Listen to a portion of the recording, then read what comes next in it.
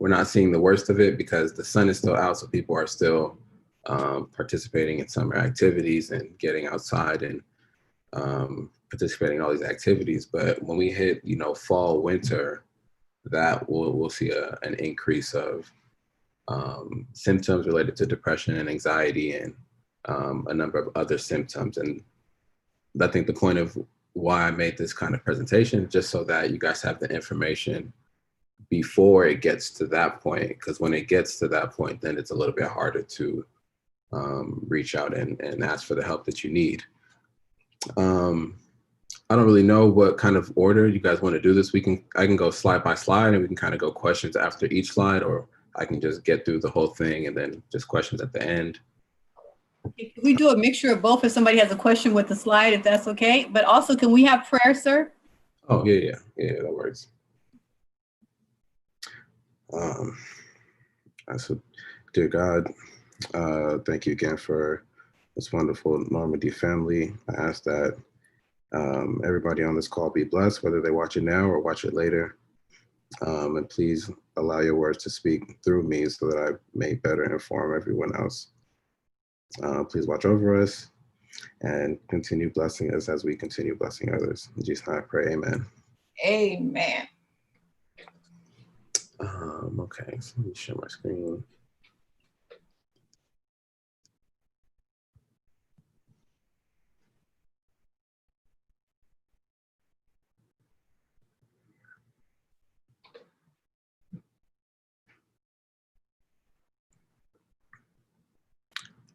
Cool. So, so COVID-19 and mental health, I have my master's in counseling, and as of right now, I'm a QMHP, which is qualified mental health professional, at least for the moment. Even as I was kind of creating this, there's so many things that I could talk about, but I didn't just want to, fire hose you guys with information because I don't feel like that's productive. So this is just kind of an overview on a couple of topics. And if you have questions, feel free to ask, and I'll answer them to the best of my ability. And yeah, so for starters, I just wanted to point out some facts as far as, our demographic is concerned. So yeah, there's 13.4 of the US population is Black, and over 16% of that 13.4% reported having mental illness in the past year, and that's 7 million people. Some quick facts, like it's, as far as like access to care, a lot of mental health professionals, especially in the field now, are not culturally competent to correctly diagnose our demographic. And that could lead to a number of things, misdiagnosis, especially when it comes to depression or anxiety, or even just certain behaviors, especially with youth. And what had happened is they will be quick to prescribe us medication, and the medication is only treating a symptom of the cause, but it's not, we're not addressing the source of that cause.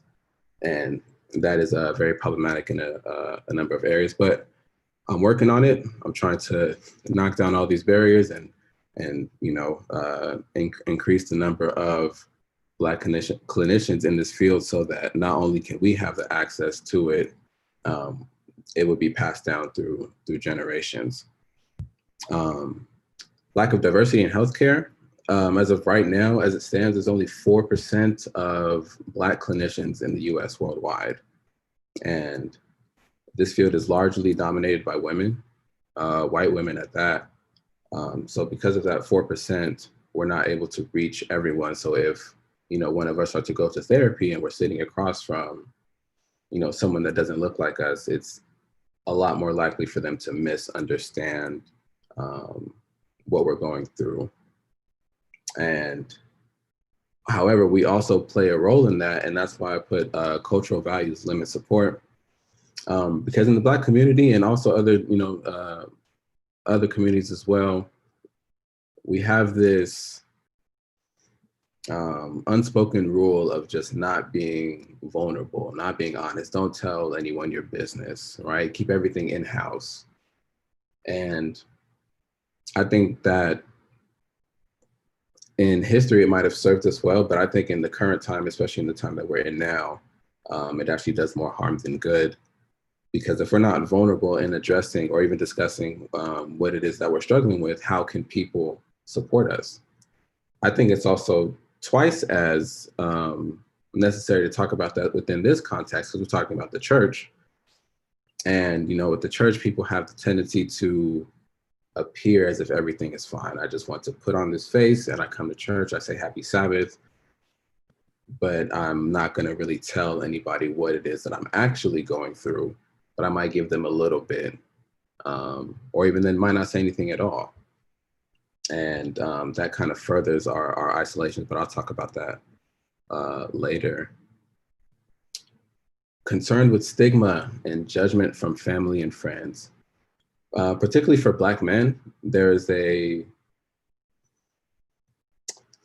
what's the word? Just this individual, you know, macho mentality of just not being able to ask for help, right? Or to, especially when it comes to counseling and emotions and things like that, it's considered a sign of weakness.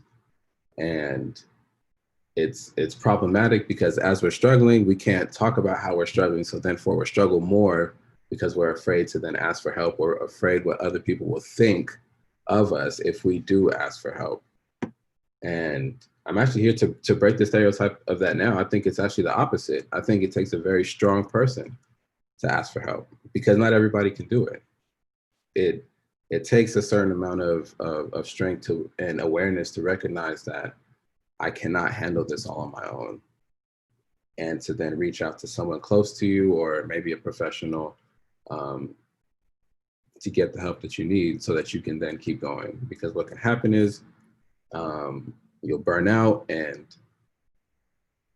I'll actually talk about that later.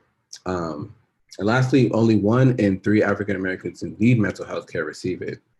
But if you look at the graph, you know, we're 13.4% of the population and 16% reported, but it's only 16% that reported it.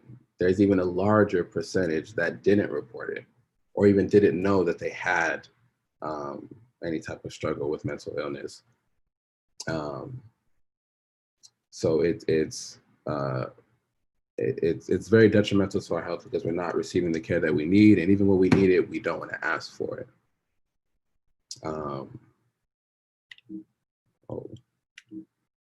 We go to the. All right. So I'm just going to cover, you know, these 6 brief topics. Each of them are a little not so much complex, but there's a lot of information on the internet if you just kind of Google each of these topics. So I'll kind of touch over these briefly, and if there are questions either during or after, just either shoot them in the message or just stop me in the middle. So we'll talk about depression, anxiety, stress, sleep, diet, and healthy coping habits. And what you'll notice as we go through it is that all of them are connected.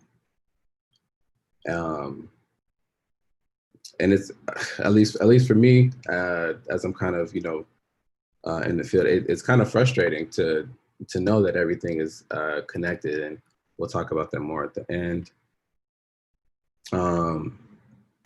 So starting with anxiety, especially with coronavirus and not to mention the social injustices that are happening and the protests and everything, the mass consumption of media events can contribute to anxiety. Because although we have this phone and it's, you know, it's a tool and we can reach a whole bunch of people and connect with, you know, people across the world, there's also the downside of now we're over consuming, right? You are watching mass, you know, major events from, you know, 12 different places, all within the span of like 5 minutes. And as of right now, I think even in the past months, every time I go on Twitter, even currently, every time I go on Twitter or social media, it seems like there is another person of color that has now passed away for whatever reason. And that takes a toll on you psychologically. And over time, sometimes I think it's a bad thing because we can essentially become numb to it. And what can happen is, let's say you don't react to the event within the moment, but maybe a day later or a few days later, you feel like this sadness or this grief or this overwhelming emotion, and you don't know where it came from. And that's because subconsciously it took a while for those events to kind of seep in, and then it hits you at an unexpected time. And especially in we're talking about grief, grief can bring up other grief. So you're watching a traumatic moment, and that brings up something that you might have gone through a year ago, 5 years ago, 10 years ago, or so on. And those feelings come up again at the most sometimes inconvenient times, and it can be frustrating and lead to a lot of anxious thoughts, and even stop your production, and stop you from connecting with people around you, and so on.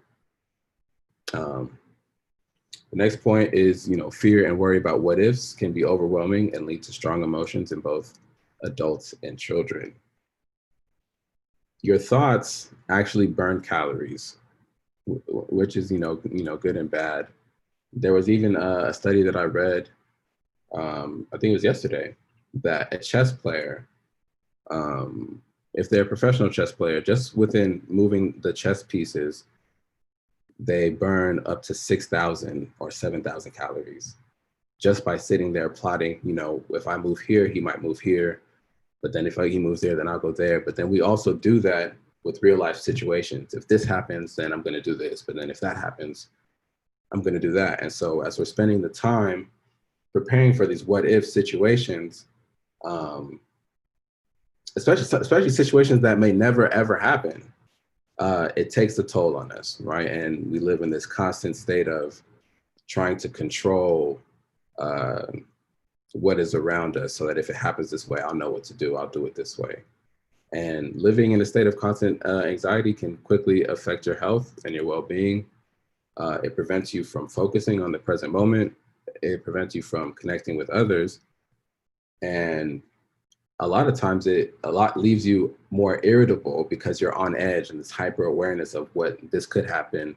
So I have to be prepared if this does happen. And that could start a lot of arguments, because as your stress levels are rising, because you're prepared for these moments, someone who doesn't know what's going on in your mind might, or your kids, right? They might leave their clothes around, or so something small like that, might set you off. And then now you're giving them all this anger, and they don't know where it's coming from, but it's coming from your anxiety about a situation that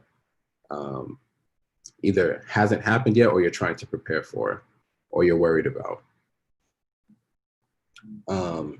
Especially in response to COVID, some people respond to anxiety with denial, right? Ignoring the warning signs until they or someone they know is affected.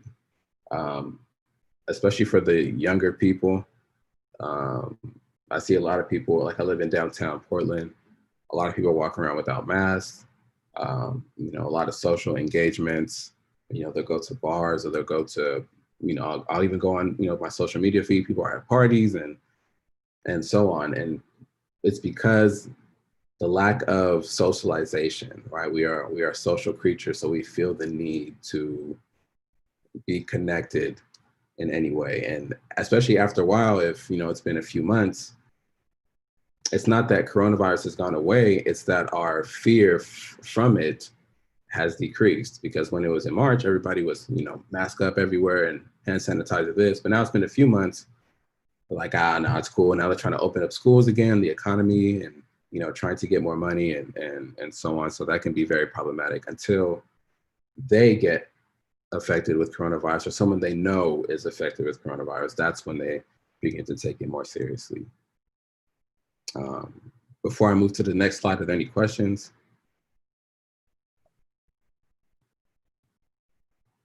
Okay.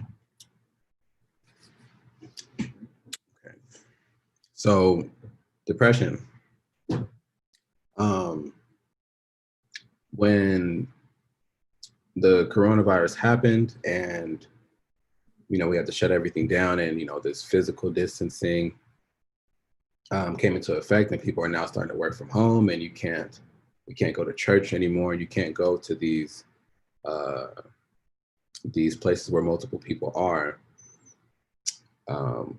you lose that sense of community, right? The energy that you feel being around those people, um, the love that you receive from just the small interactions of just saying, hello to your mailman or um, your coworkers, and just people that you would normally pass on a regular day.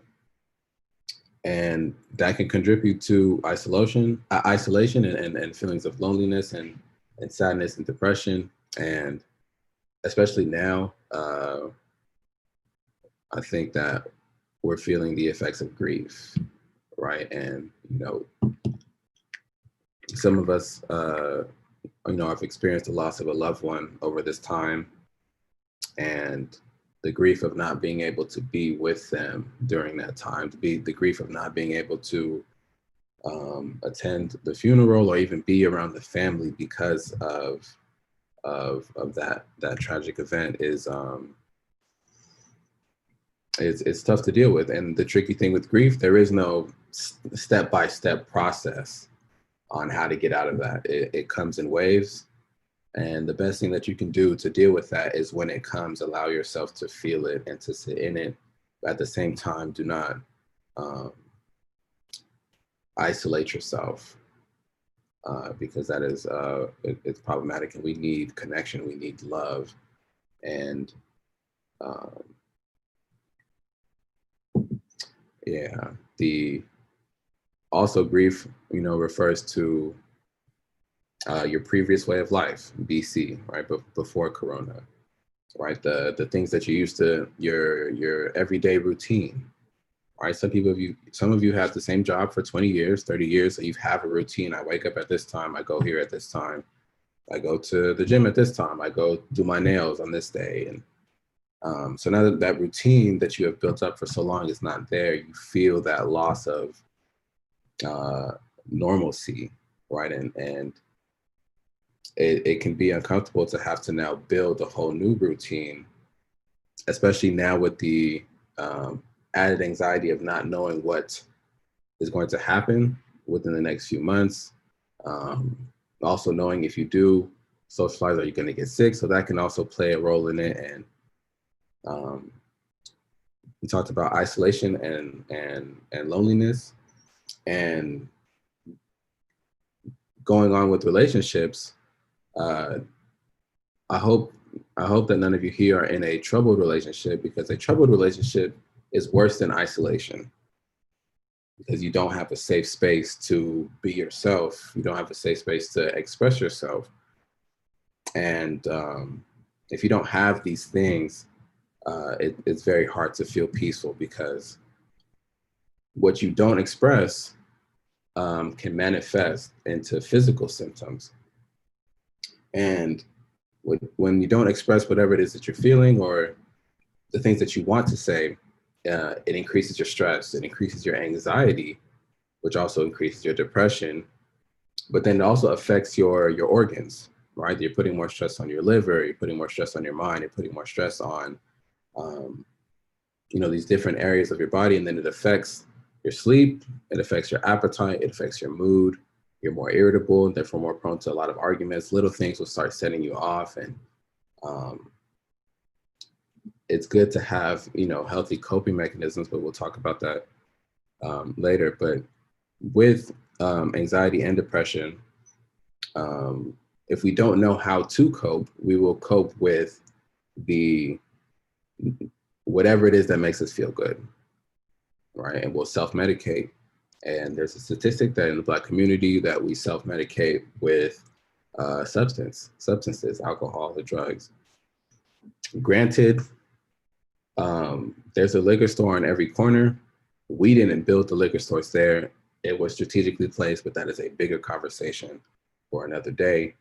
But substance use, unhealthy eating, or further isolation, because nobody's understanding me. So therefore, if I can't express whatever it is that I'm feeling or the things that I'm having trouble with, I need to do something that makes me feel good. And that could be, fast food, oily foods, sweets, alcohol, tobacco, and other substances. And long term, that's not a a healthy option, and it's only a temporary fix with long-term effects.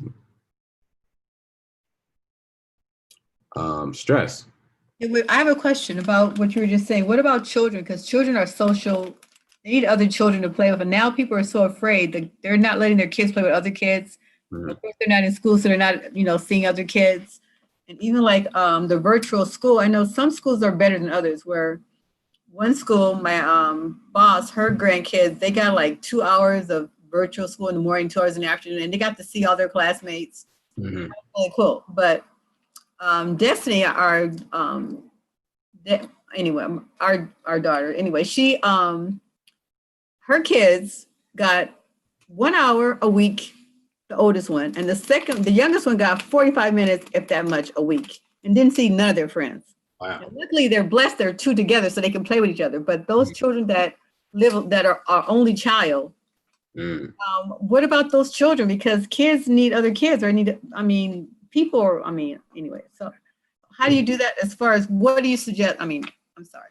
I know that probably makes them depressed, but I'm not sure how to say my question. I'm sorry. Oh, no, no worries. So because we're in a unconventional time, we have to find an unconventional way of connecting. And that could be on the parents to then set up, Zoom play dates, or if you want to go to the park, there's social distancing measures at the park. So not to necessarily interact with other kids, but to be in the presence of other kids, but with a safe distance. Um,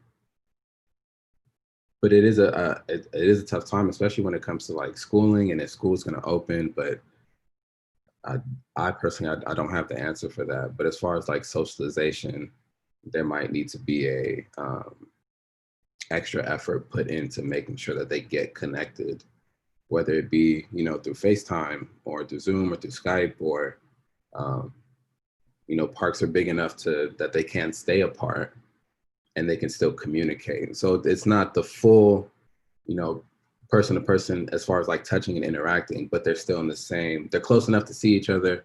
They're close enough to communicate. They're close enough to laugh and make jokes and so on. But as far as I know, I think that's the best option that we can do at the moment. Thank you. Mhm.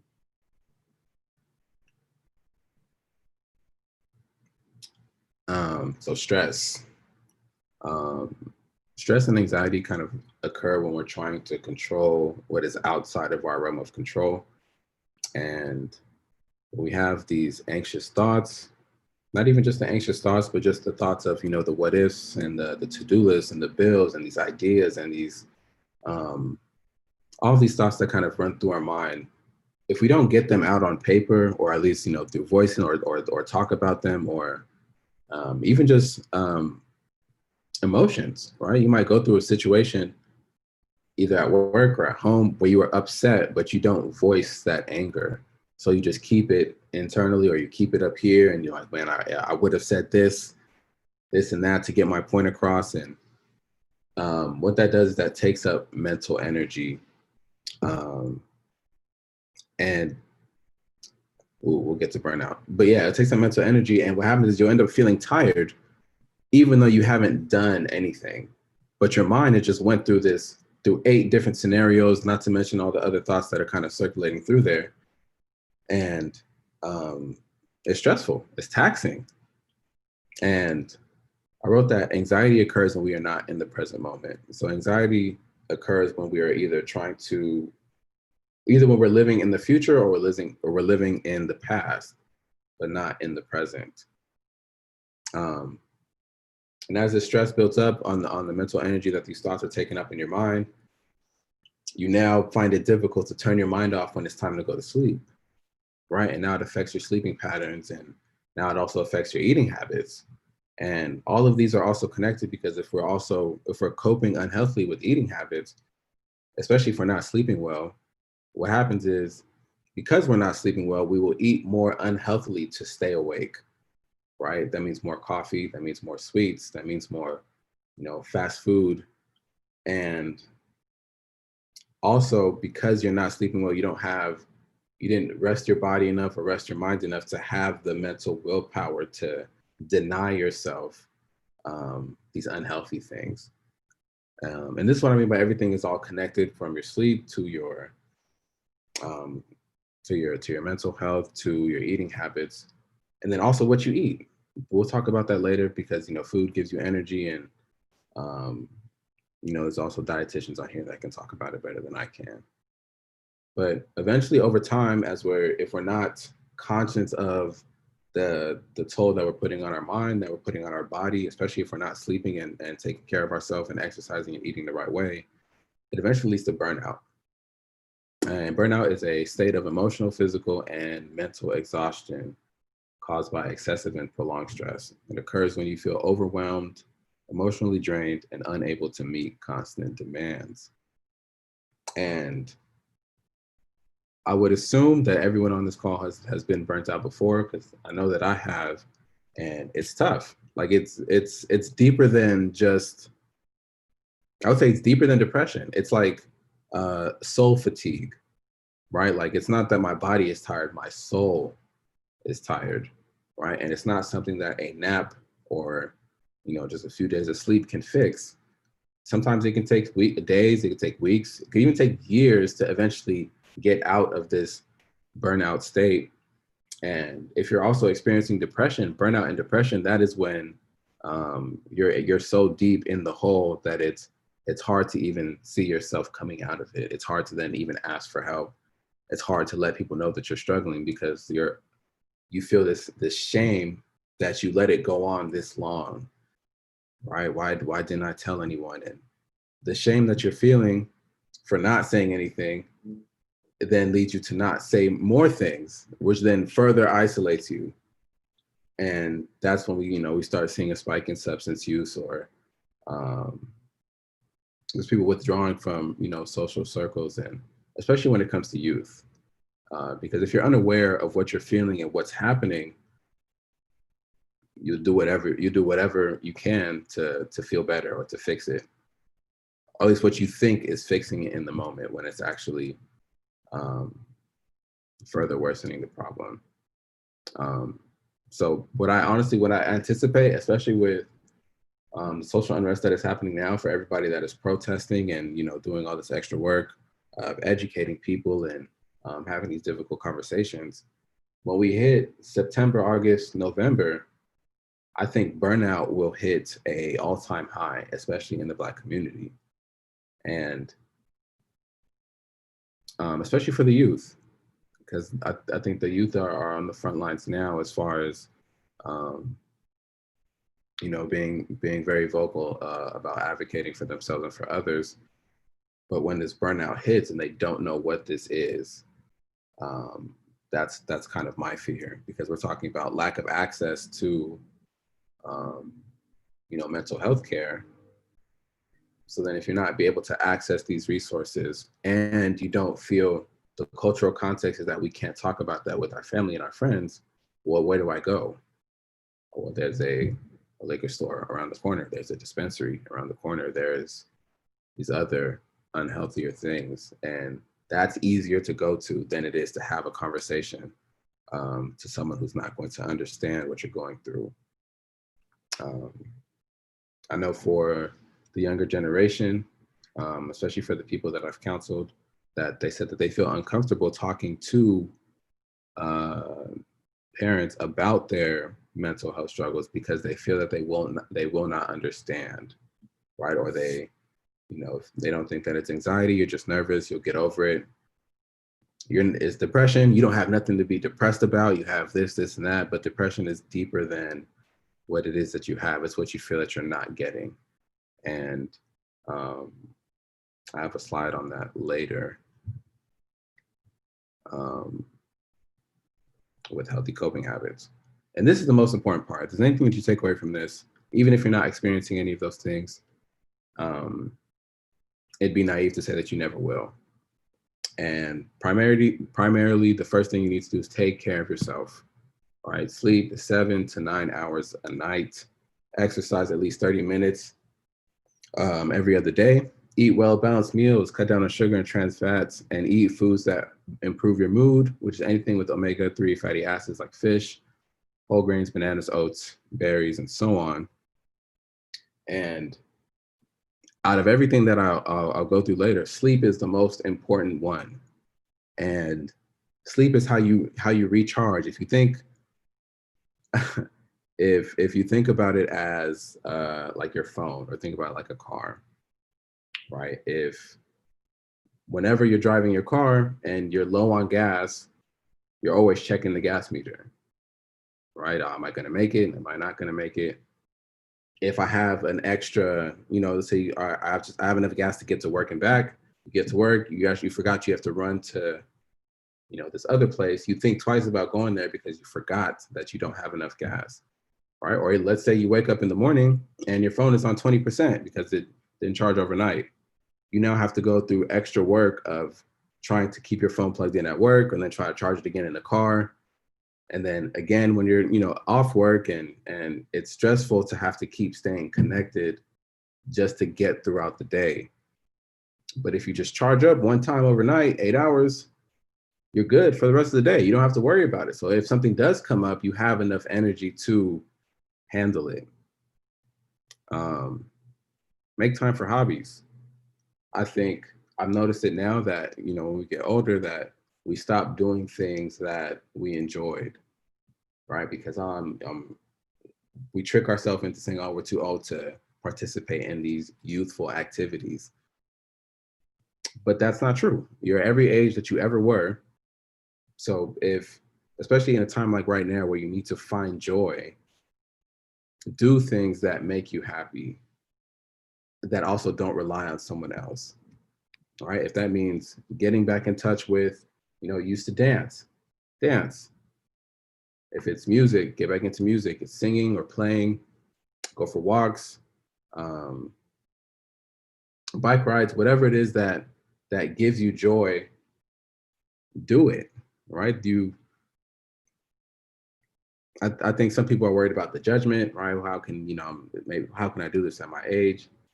But that has nothing to do with you, right? If it's beneficial for you, that's really all that matters, right? Moving on, stay connected. There are plenty of ways to stay connected. So there really is no excuse, because there is, because of social distancing, there's text, there's phone calls, FaceTime, Skype, Zoom, write a letter, explore all of those options. And response to what I was talking about earlier, as far as like unhealthy coping with, substances, I think that the misconception is that the opposite of addiction is sobriety, but it's not. It's connection, right? The reason that people, not everyone, but the reason that people are moving towards these substances or these other non-beneficial activities is because I don't have to talk to your drink for them to understand you, right? I don't have to vocalize what it is I'm going through. They just make me feel better, right? But the reason that they're going towards these substances because they don't feel like they can share that with anyone else, right? So if there's anyone on the call that is going through something like that, it happens through connection, and that only happens when you're vulnerable, right? When you share beyond, have a conversation deeper than, how's the weather, or did you catch the game last night, right? And you have to find the right person, because everybody is not, you can't talk to everybody, right? So there's no, cookie cutter answer for that. But I think also that, people think that you have to, when someone comes to you with these problems, that you think you need to fix them or you need to have the answer. But that's actually not what they need. They just need someone to listen and be like, dang, that sucks. What can I do to help? Or how can I be there for you? That is empathy, right? And the world needs a lot more empathy. And I think if the world had more empathy, this would be a better place.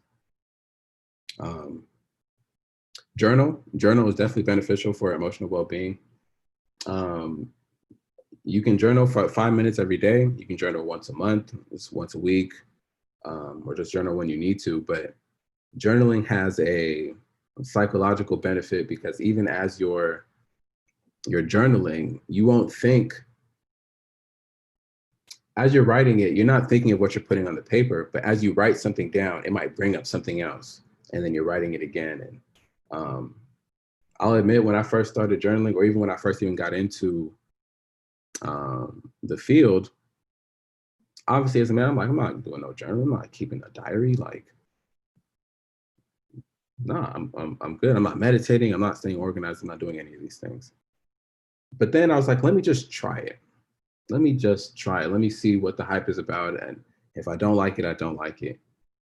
And when it came to journaling, I tried it for like 5 minutes a day.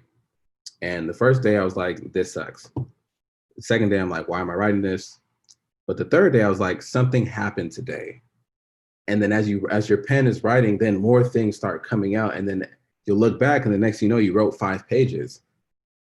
And it's definitely good for your emotional well-being, especially if you're not in a safe space to discuss whatever it is that you want to express. If you feel that people are not going to understand you, at least get it on paper. There's something very therapeutic about writing it down. And if you don't want to keep it, you can get whatever it is that you need out, and then crumple the paper and throw it away or burn it. That's also therapeutic as well. Meditation. There's a lot of free meditation apps. There's Calm, there's Headspace, there's Envelo, there's Insight. If you just go in the App Store and type meditation, you'll find a lot of free applications. And meditation is good for your overall well-being, and it's kind of a way for you to step back and observe your thoughts, right? Not to change your way of thinking or change your breathing, but to focus on your breathing, and then just watch how your mind just naturally drifts away. Because if you take that step back and observe your thoughts, you'll notice that you'll get carried away with thinking about, what you're going to do after you're done meditating, or this thing you have to do on your to-do list, or maybe an anxious thought might come in of like, well, what if this? And the whole point of that is to strengthen your mind into noticing when your mind is drifting in a way that you don't want it to, right? And the brain is a muscle, but we do not take as much time to work that muscle as we think. And this is definitely a way to strengthen that. Write things down and talk them out. Similar to journaling, right? Or, just write out your tasks, write out your ideas, write out your thought, write out your frustrations. Use your phone. There's voice memos you can do. Just tap the voice memo app and just, talk whatever it is that you're feeling. That definitely helps with anxiety and depression, and can improve overall mood and focus, because you're no longer keeping it in, right? You're getting it out, right? And give yourself the space to feel what it is that you're feeling.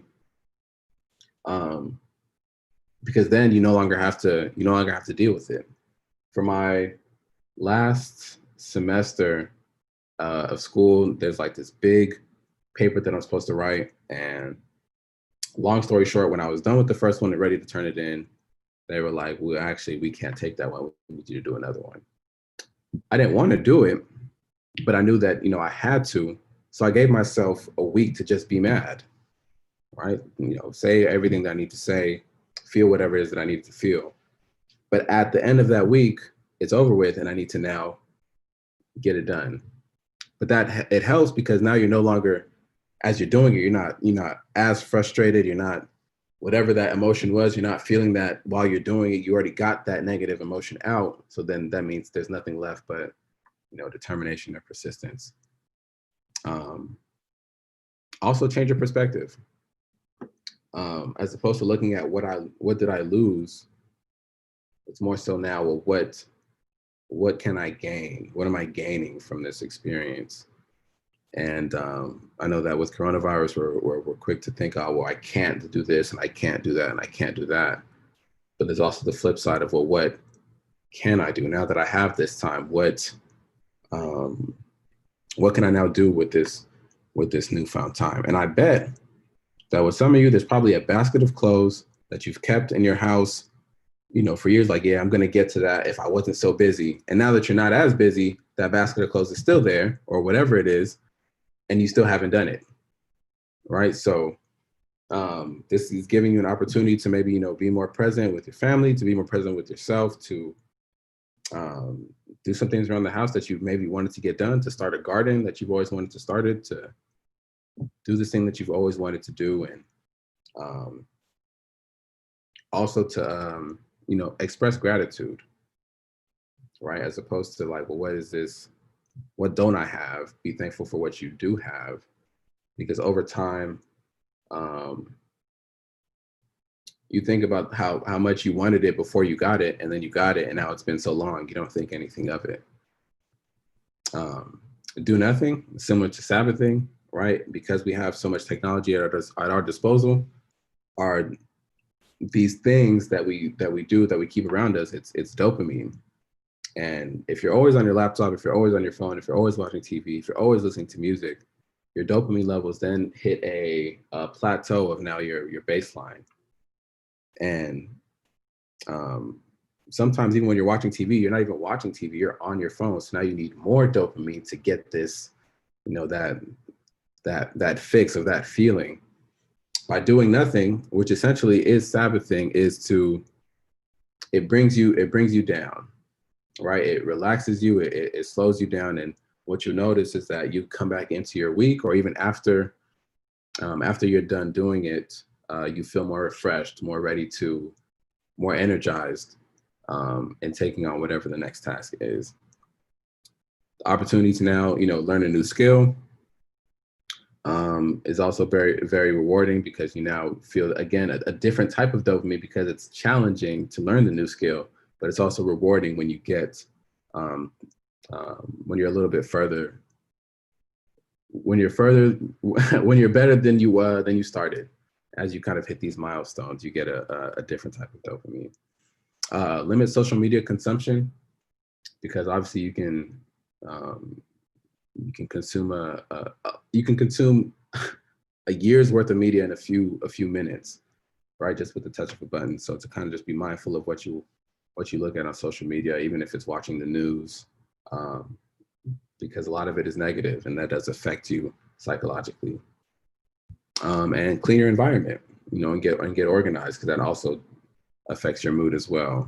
Especially if your room is not clean, that means as soon as you wake up, just looking at your room, you'll feel some type of way, right? So if you take the time to kind of clean your environment, clean your workspace, it also clears up your mind and affects your mood long term. But are any questions? I'll take them now. If not, then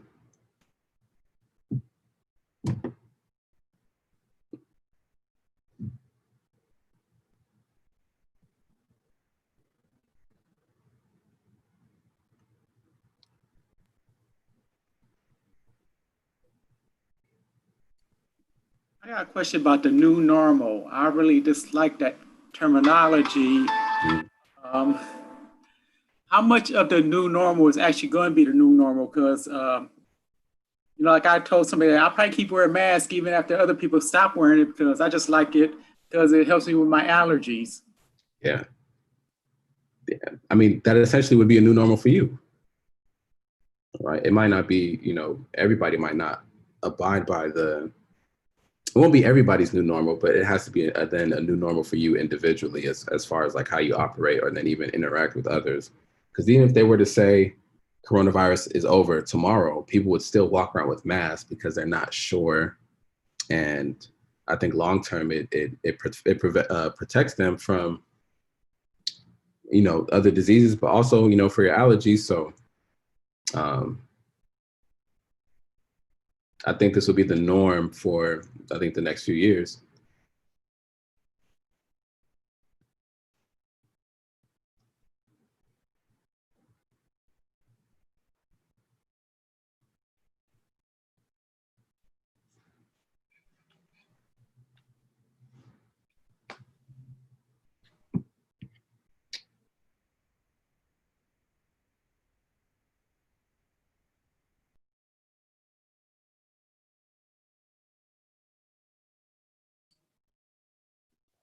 Namdi, this is Keith. I do have a question.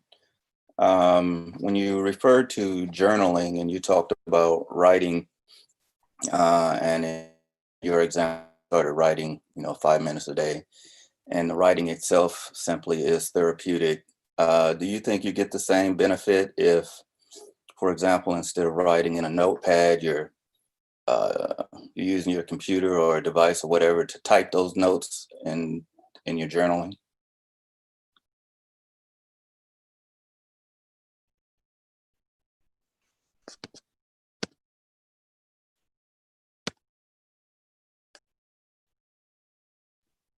I'm sorry, I think you're muted. I You're can't hear. muted.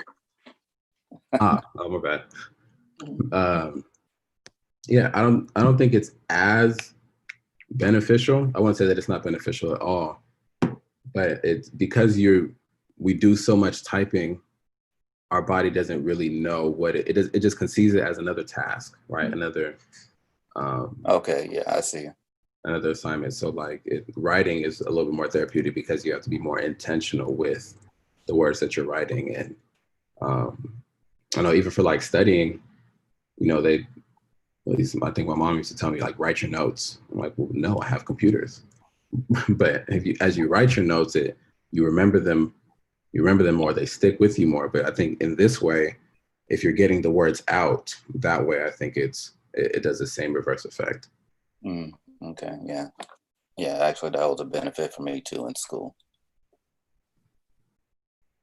Thanks. Mm-hmm.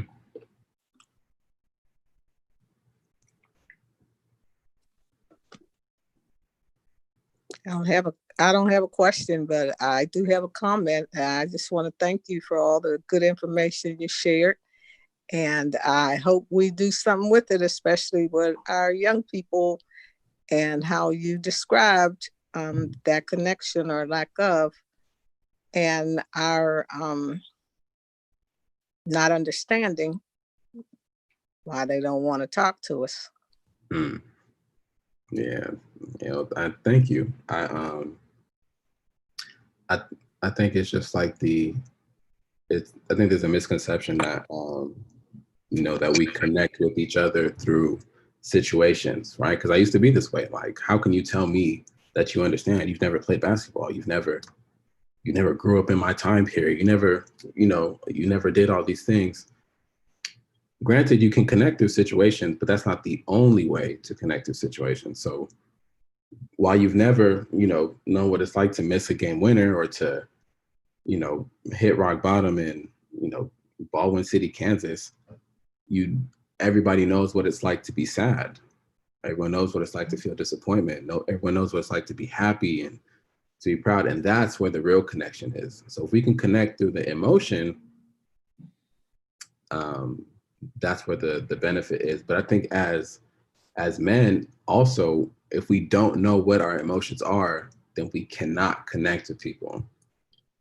So it takes some work to not only figure out what your emotion is, because once you then know them, then you can address it and also connect with people and get the help that you need.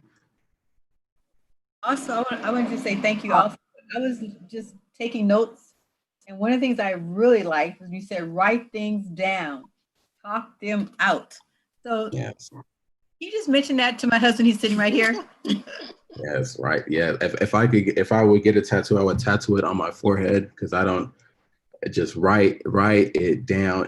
But at the same time though, like, I understand, because my school, at least from I think middle school and high school, they gave us a planner every year, and every year I didn't use it. And I think it was 2 years or last year, I was like, let me just try it. And it just clears up so much stuff in your brain. And I came up with like a Rubik's Cube theory. It's an analogy about like mental health and life through the lens of the Rubik's Cube. And I'm building this whole website and organization with that. But that idea wouldn't have happened if I didn't get all the little stuff out. Like, the bills are due this day, or, just like, I have something to do on Thursday, or even the things that you want to do for yourself, just get them out so you don't have to think about it. You just have to look at the paper or look at wherever, and it's all there. And that's it. It's so beneficial, but I can't even explain the feeling until you try it, because it's not even doing it justice. Awesome. So I have a question. It's Danique, sorry. He's like, who that?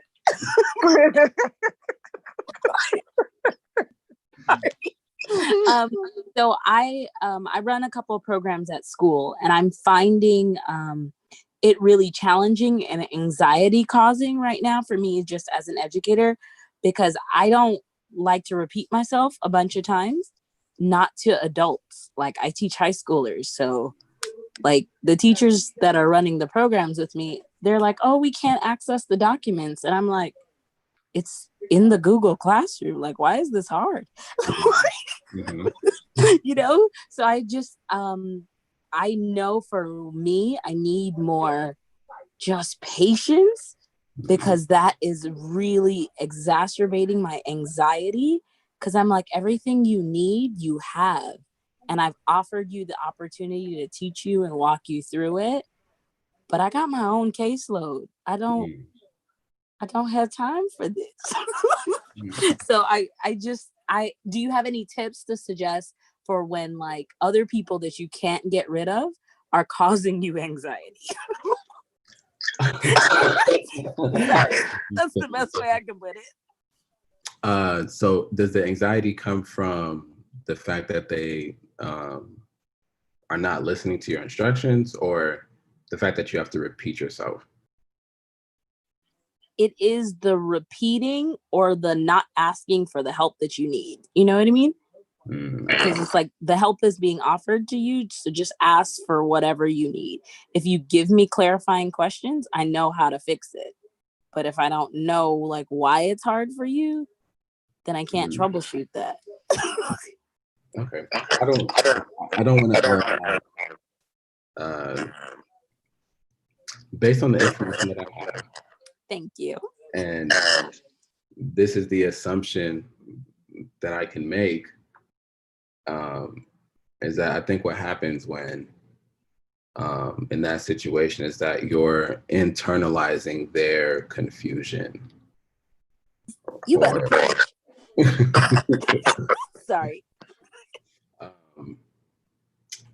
Because they don't know. You know the answer. It's simple. Just do this, this, this, and that. And in your mind, it's like, well, it's not that hard. The answer's right here. Just do that. But they're like, oh, well, I don't understand.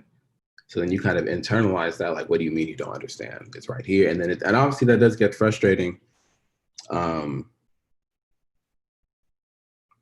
at the same time, it's not helpful, right? And I don't want to talk about it like it's easy when it comes to just like patience and but I would say maybe in situations like that, be as clear as you can, and instead of having to re-explain, well, this, and that, already have like a step-by-step, I don't know, maybe take the time and create like a step-by-step document, or, point them to the document so that you're not spent teaching them. Because if you spend the time teaching them, they're going to always rely on you for the answer. Then you gotta know. You gotta know. Then you gotta know. And then you'd be like, all right, well, I'll just fix it. I'll just don't worry, I got you. But instead, you kind of have to be like, please refer to the document, check this document out, and then let me know if you have any questions. Boom. Okay. Because I like put the document up and I'm like, 2 months in, I didn't ever look at that. You're an adult. Like, what are you talking about? But that has nothing to do with you. You know what I mean? Like, lack of preparation on their part is not a constitute for an emergency on your part. Yes. Okay. I'm loving this session. Thank you, bro.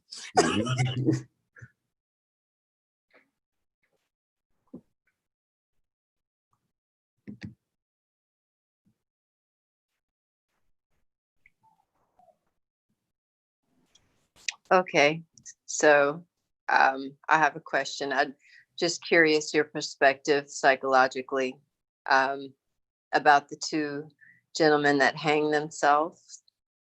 What do you think? Just any feedback on how that could have happened? I mean, they blamed one on mental health issues. And the other, I don't know what they attributed to, but it was just very odd. What do you think this time this, in our time, people hanging themselves, Black men hanging themselves.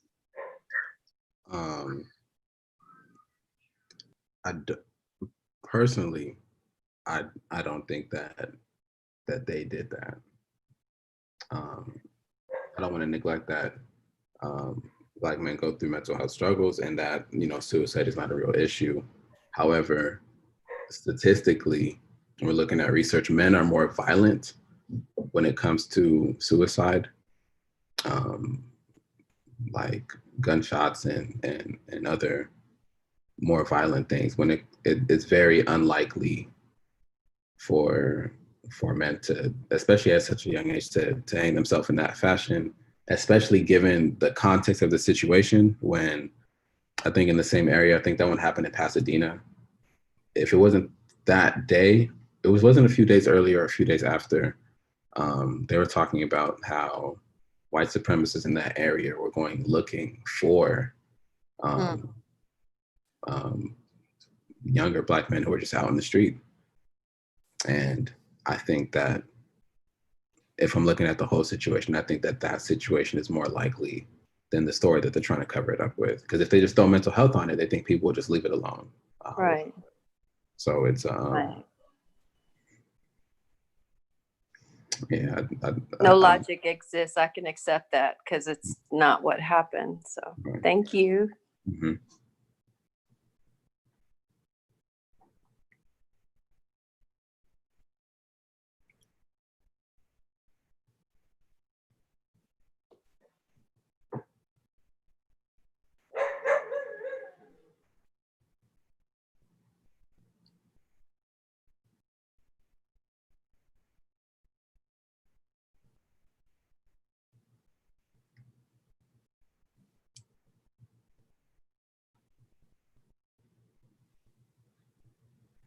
Thank you, Namdi, for your presentation because it was excellent information and well presented, and I appreciate you for it. I would love to have had more individuals in on the information so that they could benefit as well. So thank you. Thank you for having me, or just even having. I mean, if I really think about it, you guys played a very vital role in just my upbringing. So I am a product of you guys.